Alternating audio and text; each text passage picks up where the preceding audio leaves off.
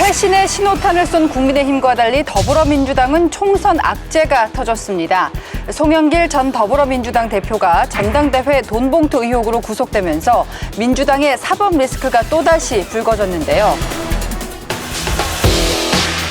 송영길 전 민주당 대표는 불출석 사유서를 내고 구속 후 첫 검찰 조사에 응하지 않았습니다. 대신 변호인을 통해 수처작주 입척 개진이라며 어느 곳에 있든지 검찰에 굴복하지 않고 싸워나갈 것이라고 했습니다. 또 김건희 여사를 수사하지 않는 특수위부는 직무유기이고 한동훈 장관의 발언은 궤변이라고 말했습니다. 송 전 대표는 지난 8일 검찰 조사 때도 정치적 기획 수사라며 조사 내내 진술을 거부했습니다. 검사 앞에 가서 아무리 억울한 점을 해명해 보아도 그 실효성이 없습니다. 판사 앞에 가서 하겠습니다. 검찰은 송 전 대표에게 다시 조사하겠다고 통보했습니다. 송 전 대표가 계속 조사에 응하지 않을 경우 체포영장을 발부받아 강제 구인하는 방안도 검토 중입니다. 송 전 대표의 구속이 민주당에 미칠 파장 어떻게 예상하십니까? 저는 이제 송영길 전 대표가 제 개인적으로 대학 동기고요. 아, 그래요? 그리고 인천에서 노동운동할 때도 같은 조직이고 그랬는데 이걸 보면서 어떤 생각이 드냐면은 이제 86 정치가 이른바 이런 식으로 비극적 종말을 고하는구나. 그들의 이념이요. 딱 80년대에 고정돼 있고요. 화석화돼 버렸습니다. 진화에 실패했습니다. 그러니까 이념 정책 사고에 있어서의 그 지체 현상이 일어났고요. 그런데 이제 이번에 송영길 전 대표의 이 돈봉투 사건, 거기에 대해서 하나도 인정 않고 뭐 이런 거 보면 이제 도덕적으로 파탄했다. 이념과 도덕 양면에서 총체적으로 파산한 거다. 네. 이렇게 봅니다. 실제로 586 운동권의 씁쓸한 윤리적 몰락이다 이런 평이 많이 나오고 있는데 그 송영길 전 대표가 사실 먼저 검찰 조사 받겠다라고 가지 않았습니까? 근데 구속 후 검찰의 첫 소환 조사에도 불응을 했단 말이에요. 지금 민주당 쪽에서는 검찰 전체를 악마화하고 있습니다. 예.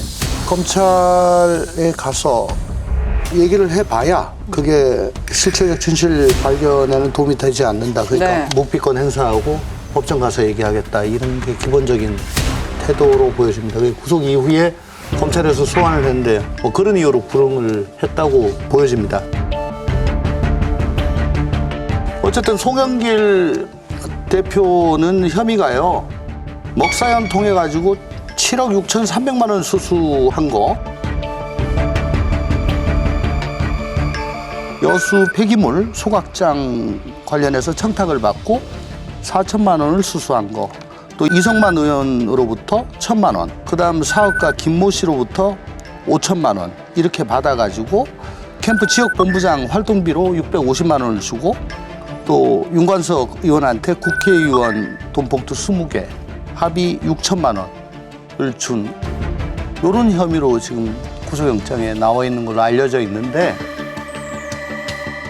입증은 얼마나 돼 있는지 사실 뭐 잘 모르겠습니다. 네. 어쨌거나 우리 민주당은 그래도 상대적으로 높은 도덕성을 무기로 해서 국민들께 사랑을 받아왔죠. 근데 정당의 최대 행사인 전당대회와 관련해서 당대표를 뽑는 일에 금품이 연루가 되고 그래서 직전 당대표가 구속이 되고 또 소속 의원 20여 명이 연루가 되어 있습니다. 당 전체의 도덕성에 뭐 상당한 문제가 생겼다고 지금 보여집니다. 근데 최고위원회에서는 아무 말도 없고 원내대변인은 그분 탈당하신 분이다. 공식 입장 없다. 지금은 이제 탈당을 하셔서 개인의 몸인데 공식 입장은 없습니다.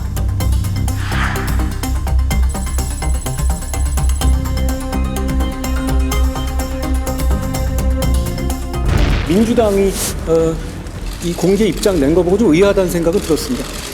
그동안 민주당은 이 수사가 기획 또는 조작 그리고 잘못된 수사다, 부당한 수사다 라면서 검사 좌표 찍으면서 계속 입장을 내왔죠.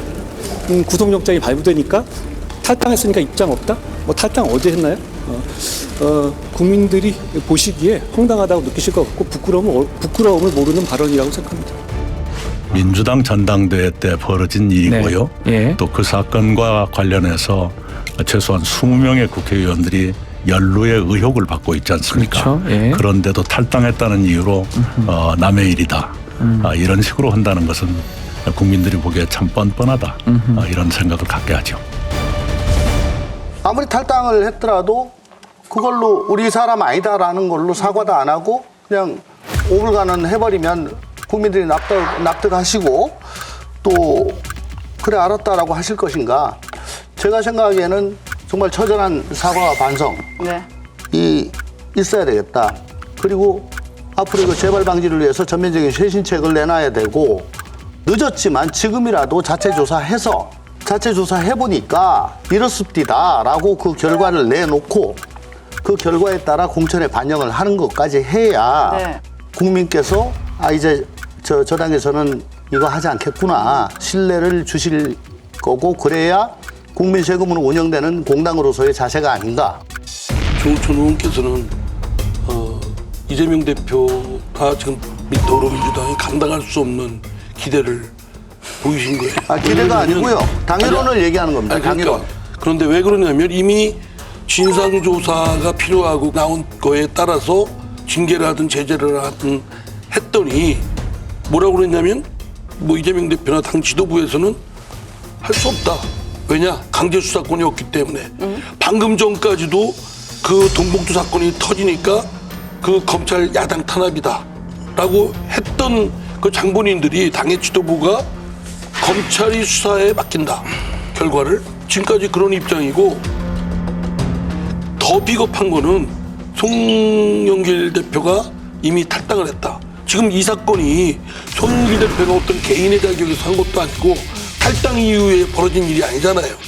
당에 있을 당대표일 때 당대표의 선거와 관련해서 생긴 문제예요. 그리고 돈봉투가 지금 드러난 것만도 20명 가까이가 주고받고 했다는 것이 의혹입니다. 그럼 이게 가벼운 사건입니까? 이게 국회의원이 거기서 녹음 나오는 거 보세요.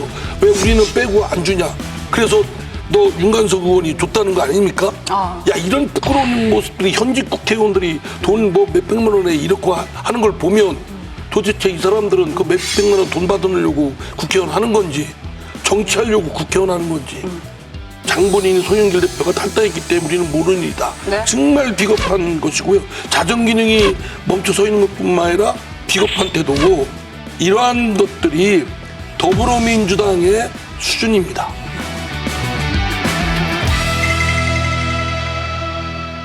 어떻게 이런 일이 있을 수 있을까 하는 생각을 하게 되는 것은 바로 유창훈 판사 한 명에게 민주당의 전직 당대표와 현직 당대표가 다 영장 심사를 받는다. 이거 아마 전 세계에 이런 예는 찾아보기 어렵지 않을까 하는 생각을 하게 되고요. 근데 결과가 다르니까 또 지금 다른 반응이 나오고 있잖아요. 그래서 네. 이제 그 결과를 보면서 저는 송영길 대표가 전생이 만약에 있다라고 하면 이재명 대표에게 뭔가 업을 쌓았던 게 아닌가 하는 생각을 사실 좀 했습니다. 태양을의 경우에도 본인이 양보하지 않았다라고 하면 본인도 방탄을 상당히 누렸을 텐데 그러지 못했다라고 하는 것이고요. 유창훈 판사가 왜 송영길 전 대표는 구속시켰는가? 그게 이재명 대표를 구속 안 시킨 것에 대한 부담감이 저는 상당히 작동했을 것이다. 왜냐라고 하면 사실 피의 사실만 놓고 본다라고 하면 비교가 안 되잖아요. 이재명 대표의 그 당시에 피의 사실의 경우에는 4,900 몇십억의 배임과 더불어서 100 몇십억의 제3자 뇌물죄 성남FC와 관련해서 뿐만 아니라 증거인멸과 관련해서도 단순히 컴퓨터 하드디스크를 없앤 게 아니라 아예 증인에게 다른 말을 시켜버리는 이런 녹취가 다 나와 있는 거 아니겠습니까? 그렇게 본다라고 하면 송영길 전 대표의 경우에는 정말 조족지혈이다. 이재명 대표에 비교한다면 라고 할 수 있을 텐데요. 그럼에도 불구하고 여기는 구속이 되지 않았다라고 하는 것은 결국 유창훈 판사가 이재명 대표에 대해서는 구속시키지 않은 것에 대한 부담감을 여기서 풀어버린 게 아닌가. 지금 특정된 의원들이 20명 정도 되는데 그 돈봉투 수수 의혹을 받고 있는 의원들 과연 불이익이 있을까 아니면 그대로 공천을 줄까 내부 방침이 정해졌다고 들었는데요. 제가 그 보도를 접했어요. 네. 19명 의원들 이름 특정됐습니다. 검찰에 의해서요. 그런데 지금 최근에 보면 민주당이 그 부적격 판정 이런 걸 여러 사람한테 내리잖아요. 또 적격 판정도 내리잖아요. 근데 이 사건과 관련해서는 일체의 감점이 없었대요. 이미 평가는 완료가 됐다라고 합니다. 근데 감점 요인 중에 뭐 5대 혐의가 있어요. 5대 혐의 중에 금품 수수가 있는데 그럼 이건 뭐냐? 금품 수수가 아니고 정치자금법 위반이라 가지고 그 5대 혐의에 해당이 안 된대요. 이게 뭐 말이에요. 막걸리예요, 이게. 이거는 이렇게까지 일찍 발표를 할 필요가 없이 일단 놔두고 사실관계를 좀 더 보겠다라고 하는 게 오히려 더 맞지 않았을까. 이걸 왜 이렇게 빨리 감점 없다? 왜? 금품 수수 아니야. 그 정치자금법이야. 그건 누가 납득하겠어요. 다만 이 증거법적으로는요. 녹취록 자꾸 말씀하시는데 그 녹취록에 이름이 올라간 것만 가지고 유죄를 선고할 수는 없습니다. 그러니까 이거는 이제 정황 증거고요. 여기 플러스 만약에 주는 장면이 찍힌 CCTV 혹은 뭐 받고 난 다음에 고맙습니다라고 뭐 음성 혹은 준 사람의 자백 뭐 이런 직접 증거가 더 있어야 돼요. 요게 없는 상황에서 그 이정근 휴대폰의 녹취만 가지고 처벌을 할 수가 없기 때문에 아직도 이걸 검찰이 제대로 못하는 겁니다. 그리고 윤관석 의원은 누구한테 줬는지 아직도 얘기를 못하겠다라고 버티고 있는 것 같아요. 자, 이런 상황이니까 이건 좀 더 확인을 해보고 어떻게 할 건지 결정하겠다라고 하는 것이 그게 좀 더 현명하지 않았을까. 그러니까 그게 어떻게 하느냐? 검찰 수사는 수사대로 가는데 자체 조사를 해야죠. 왜냐하면 당 내부 사정은 당 안에서 더 잘 아니까. 공천 전에 또 빨리 정리할 필요도 그럼요. 있고요. 그러니까 당사자들 한 분씩 불러가지고 다 여쭤보고 사실도 다 확인해서 그 나름대로 그래서 지금이라도 늦었지만 지금이라도 자체 조사를 해라. 그래서 거기에 따라 가지고 국민한테 공개를 하고 공천의 이익 불이익을 명확하게 갈라서 해라라고 하는 것이 그 이유인데 근데 자체 조사 지금 안 할 것 같거든요. 그러면 검찰이 증거를 수집 못해가지고 기소 못했다라고 한다면 뭐 무혐의인데 뭐라고 이제 그냥 넘어간다 칩시다. 그러면 계속 나오는 게 그러면 이정근 녹취록은 이제 어떻게 할 건데? 라는 얘기가 계속 나오겠죠. 국민 마음에는 이미 유죄인데 증거법적으로는 무죄지만. 민주당은 한동훈 장관의 비대위원장 취임설이 돌자 국민의힘은 차라리 검찰당으로 이름을 바꾸라고 했습니다. 당대표가 검사 출신이라고 검찰당이라고 한다면 당대표가 정과 사범에 욕설 거짓말에 능하고 공천 신청자의 3분의 1이 전과자인 민주당은 범죄당이라고 불러도 되지 않을까요? 신당 창당론을 띄우는 이낙연 전 대표를 향한 당내 반대 목소리가 높아지고 있습니다. 친명계에서는 배신 행위라며 정계 은퇴까지 거론하고 나섰는데요. 총리와 당대표까지 지내신 분이 신당을 만드는 것은 시대 정신에 반하는 배신 행위라고 그렇게 생각하고요. 성에 차지 않는다고 당을 깨고 나가는 것은 모렴치한 행동이라고 봅니다. 총선을 100여일 앞둔 입장에서 전 대표가 그렇게 한다는 건 누가 봐도 공감이 안 되는 거죠. 우리 당의 주요 지도자였고 스스로를 부정하는 거잖아요. 비대위라는 것은 대표직 사퇴를 전제로 하는 거예요. 그게 연말까지 된다면 탈당이나 신당을 좀 더 고려해 볼 수 있다. 대화할 용의가 있습니다.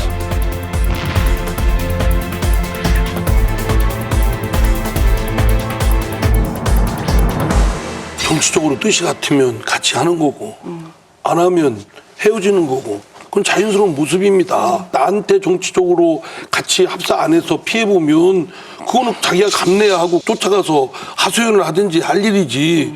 이낙연 전 대표가 그 얘기했어요. 집단 린치가 하는 게 아주 몸에 배인 사람들이다. 아주 정확하게 얘기를 했어요. 아주 속 시원하게. 그런 행태를 보이면 안 되는 겁니다. 사람이 뜻이나 방향이나 이런 걸 볼 때 같이 못하겠다. 그러면 선의의 경쟁을 해야죠. 그래서 유권자로부터 심판받으면 될 거 아니에요? 조국, 추미애, 송영길 신당 한다고 했을 때 우리 이낙연 전 대표 신당만큼 뭐 연판장 돌리고 안 된다 그러고 이렇게 한 적이 있나요? 그때 왜 가만히 있다가 왜 이낙연 신당에 대해서만 이러죠?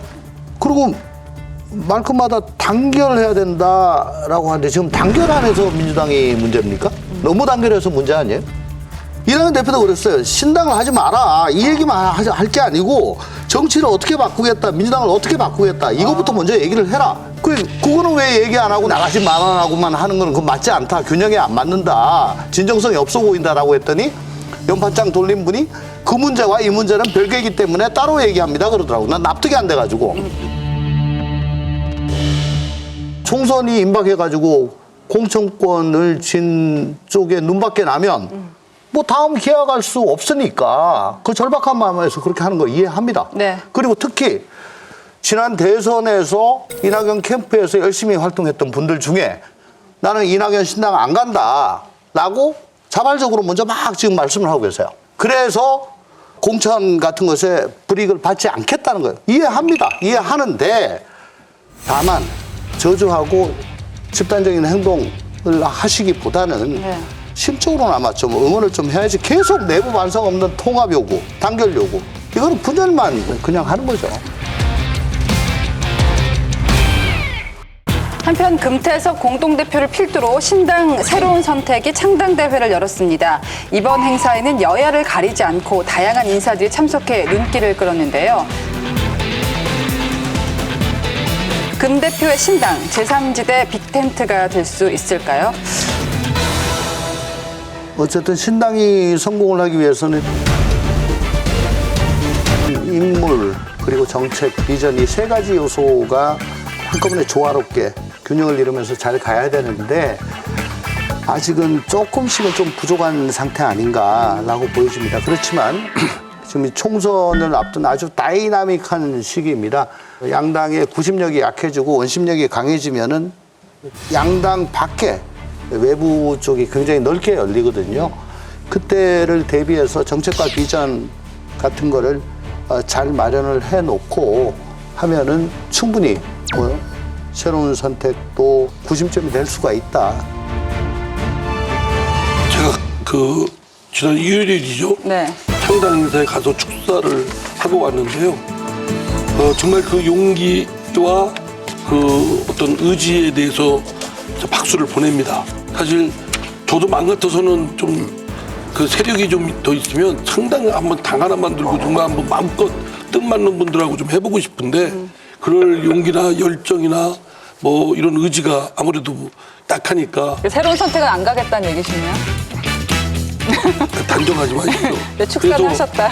예, 갔는데 어쨌든 이분들이 이제 지금 독과점되어 있는 더불어민주당과 국민의힘에 대항하기는 매우 미약합니다. 그래서 사실은 다른 여타의 신당 움직임이 연합을 해서 대항을 해야 삼각구도로 이렇게 경쟁할 수 있는 발판이 된다고 봅니다. 그래서 좀 신당하려는 분들이 자기중심 주도를 하려고만 하지 말고 지금 뭐 진보다 보수다 이거를 따지기 전에 그건 사치스럽고요.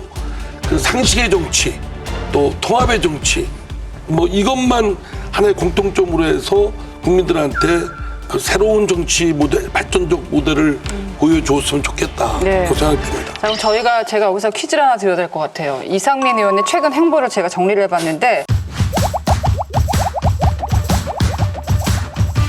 11일 이낙연 전 대표 회동, 13일 김기현 전 대표 회동, 15일 안철수 의원과 회동, 17일 새로운 선택 창당대회 분석.